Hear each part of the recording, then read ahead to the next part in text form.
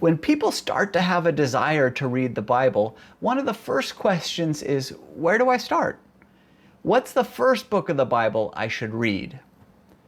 Before we get into answering that question, let's talk about what the Bible really is.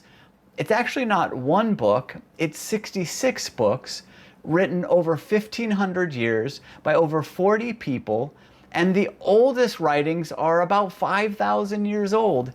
It's amazing we even read this book at all, but it's a testament to the power of God. Now that we've talked about what the Bible is, let's talk about where you should start. I always recommend somebody starts in the Gospels. That's the first 4 books of the New Testament: Matthew, Mark, Luke, and John. And it tells the story of the life of Jesus. So which gospel should you read? My recommendation is to start with the Gospel of John.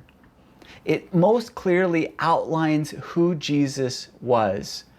It's an amazing book that tells the story of Jesus' ministry on earth and will really inspire you to understand and worship Jesus. If you want to get a quick glimpse, the shortest gospel is the book of Mark, and it's action-packed. It tells what Jesus did. It goes from action point to action point. That's also a good place to start if you want to just read something really quickly. Bonus tip: if you come from a Jewish background, the Gospel of Matthew might be a good place to start as well.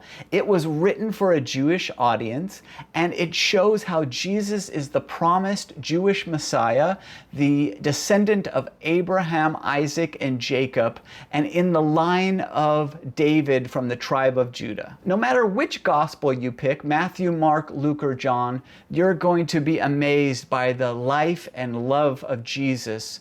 May it encourage you to worship Him even more. Amen.